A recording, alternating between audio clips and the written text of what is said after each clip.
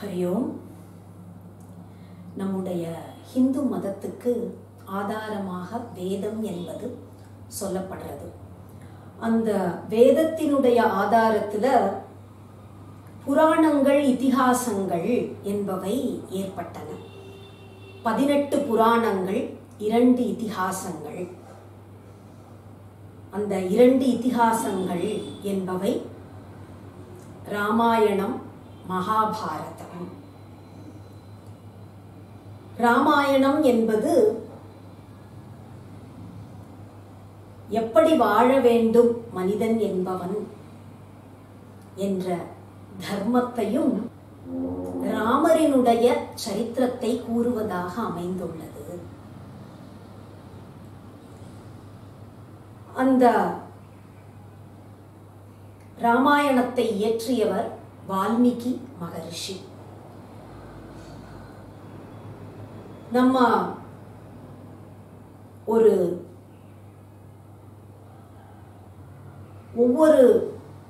சில வீடியோக்கள் மூலமாக இந்த ராமாயணத்தை நம்ம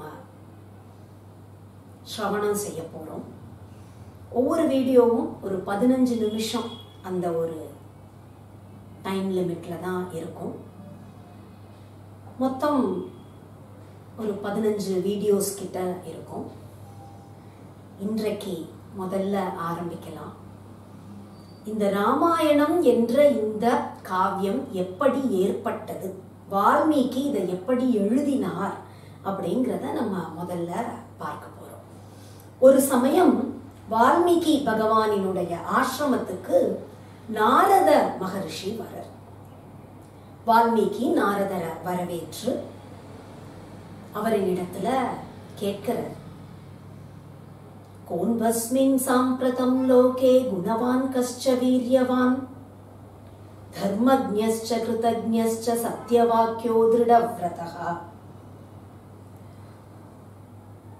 இந்த உலகத்துல நம்முடைய சமகாலத்துல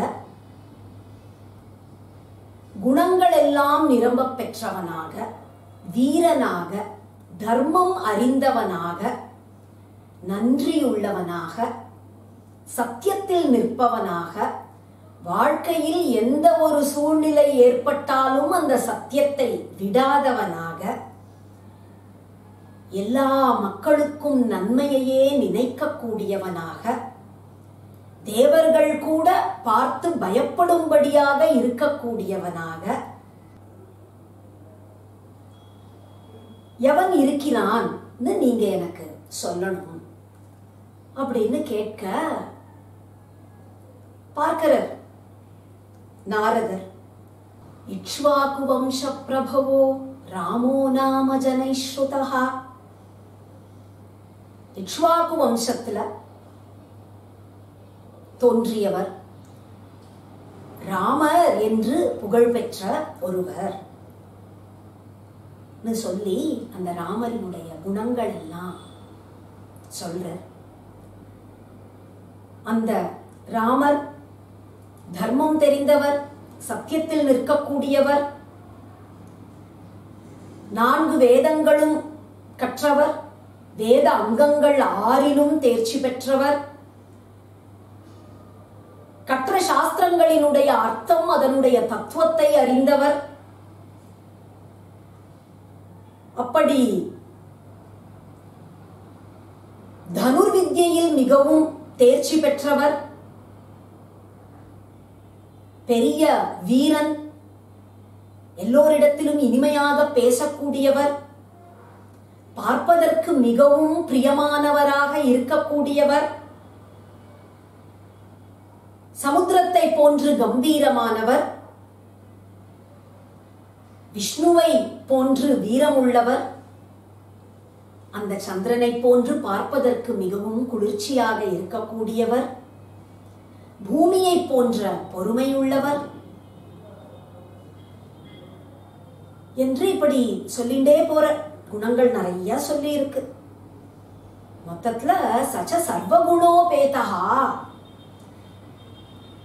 நல்ல குணங்கள்னு என்னெல்லாம் சொல்ல முடியுமோ அந்த எல்லா குணங்களும் ராமரிடத்துல பார்க்கலாம். எல்லா குணங்களையும் தன்னிடத்தில் கொண்டவர்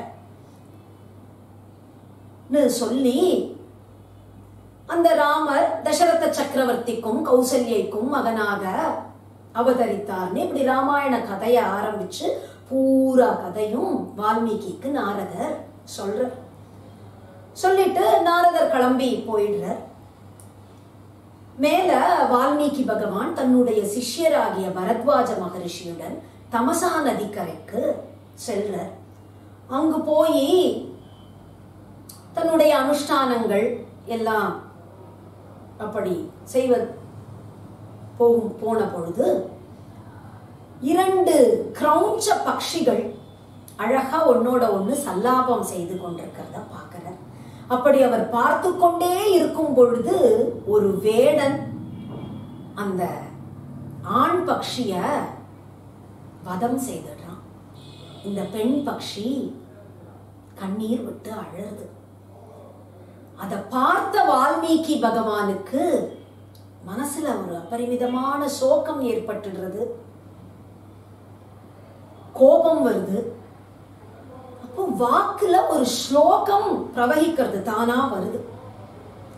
மானிஷாத பிரதிஷ்டாம் த்வம் அகமஹா சாஸ்வதி சமாகா யத்க்ரௌஞ்ச மிதுனாதேகம் அவதீஹி காமமோஹிதம். ஹே வேடனே, ஜோடி பறவையில எப்பொழுதும் ஒரு பறவைய வதம் செய்து கொன்றாயோ நீ நீண்ட நாட்கள் உயிரோடு இருக்க மாட்டாய் அப்படின்னு சொல்ற. அவருக்கே ஆச்சரியம் ஆயிடுறது.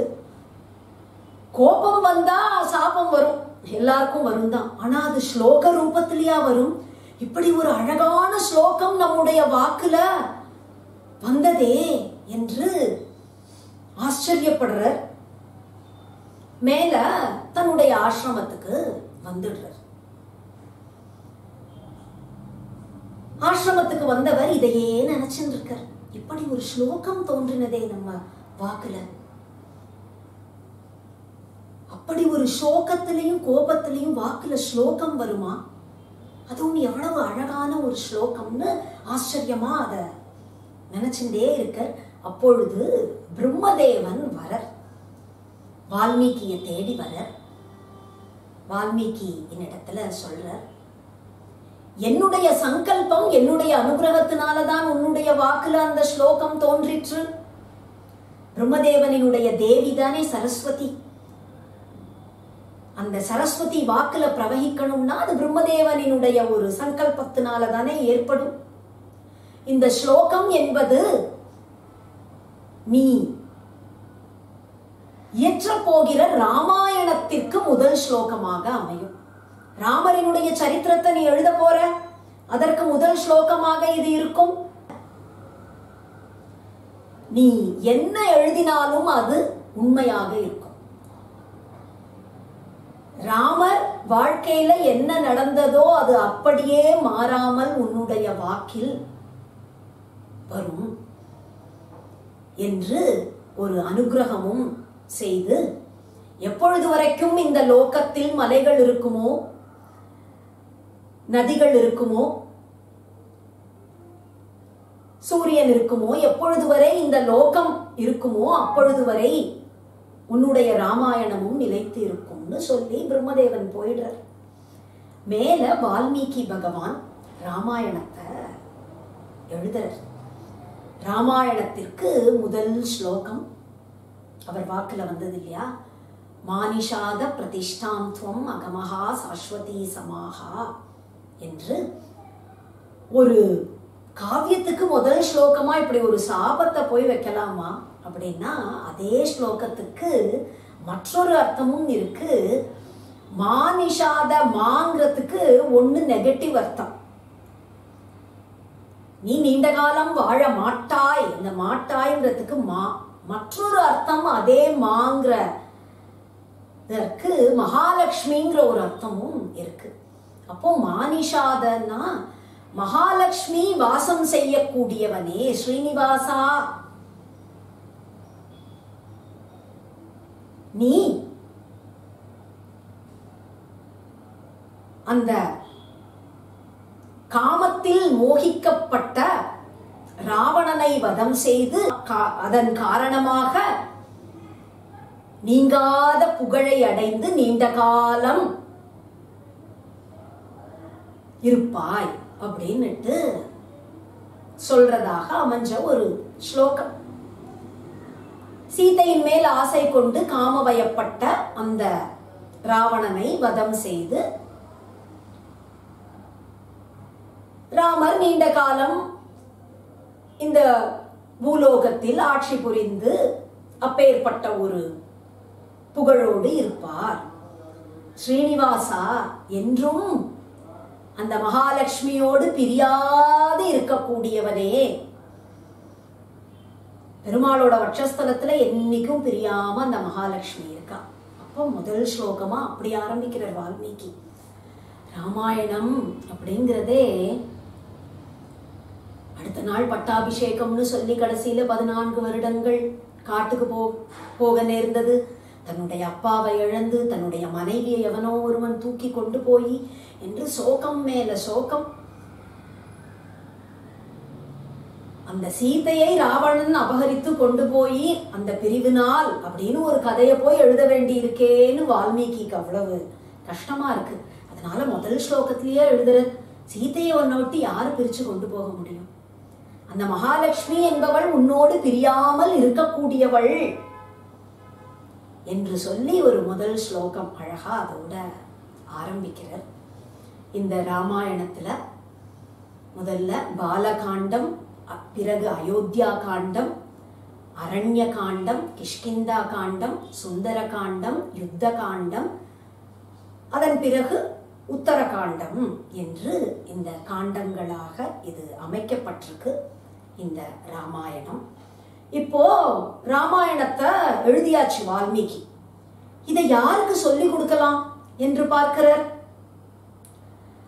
ராமனினுடைய புத்திரர்கள் லவன், குசன் என்று இப்ப வால்மீகி ஆசிரமத்துல இருக்கா.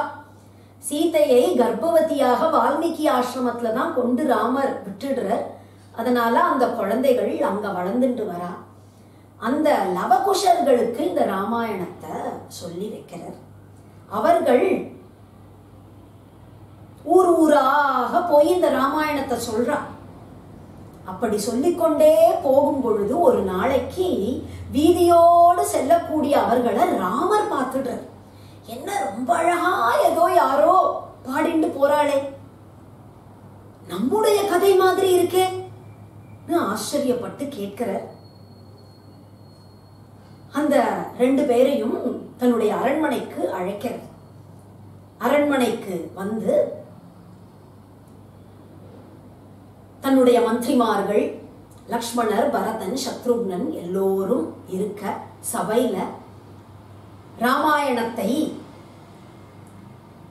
கூறலாம் என்று சொல்ல அந்த ராமாயணத்தை லவகுஷர்கள் ராமரினுடைய சந்நிதியில அவர்கள் சொல்றா. அப்படி சொல்றான்னு அதற்கு மேல கோசலம் என்ற ஒரு தேசம்னு அவர்கள் சொல்ற மாதிரியாக கதை ராமாயணம் அமைஞ்சிருக்கு. அதனால நம்மளும் மேல அந்த மாதிரி கதையை பார்க்கலாம். அவ என்ன சொன்னாங்கிற கதைய மேல அடுத்தடுத்த வீடியோஸ்ல நம்ம பார்க்கலாம். ராமாயணம் நம்ம நாட்டுல மட்டும் பிரசித்தி பெற்றது, நாம் தான் ராமரை தெய்வமா வணங்குறோம் என்று இல்லாமல் எப்படி வாழ வேண்டும் என்பதை அறிவதற்கு ஆன்மீகம் விஷயமான ஆன்மீகத்தில் முன்னேறுவதற்கு என்று இதற்காக ராமாயணத்தை பல நாடுகள்ல ஜனங்கள் பின்பற்றத பார்க்கலாம். இன்னைக்கு வரைக்கும் பல நாடுகள்ல ராமாயணம் விஷயமான நாடகங்கள், நடனங்கள் எல்லாம் நடக்கிறது. கோவில்களினுடைய சுவர்கள்ல ராமாயண பெயிண்டிங்ஸ் பார்க்க முடியாது. Burma, Thailand, Laos, Cambodia, Indonesia, Japan, China, Nepal என்று இப்படி பல நாடுகள்ல ராமாயணம் பிரசித்தி பெற்று இருக்கு. தாய்லாந்து நாட்டினுடைய அரசர்கள் வழி வழியா ராமர் பெயரை தான் தங்களுக்கு வச்சுக்கிறார், ராமரா தங்களை சொல்லிக்கிறார். இப்ப இருக்கிற அரசன் ராமா த 10th என்று அவர்கள் ராமரினுடைய வம்சத்தில் வந்தவர்களாகவே தங்களை அப்படித்தான் சொல்லிக்கிறார். இத்தாலியில ஒரு இடத்த தோண்டி பார்த்த பொழுது ஆர்கியலாஜிக்கல் சர்வேல பல பெயிண்டிங்ஸ் கிடைச்சிருக்கு. அதுல 2 பேர் கையில வில் வைத்து கொண்டு இருக்கிற மாதிரியும் கூட ஒரு பெண் இருப்பது போலவும் நிறைய வாளோடு இருக்கக்கூடிய பல ஜீவராசிகள் இருக்கிற மாதிரி பெயிண்டிங்ஸ்லாம் கிடைச்சிருக்கு. இன்றைக்கு இதோட முடிச்சுக்கலாம். ராம் ராம்.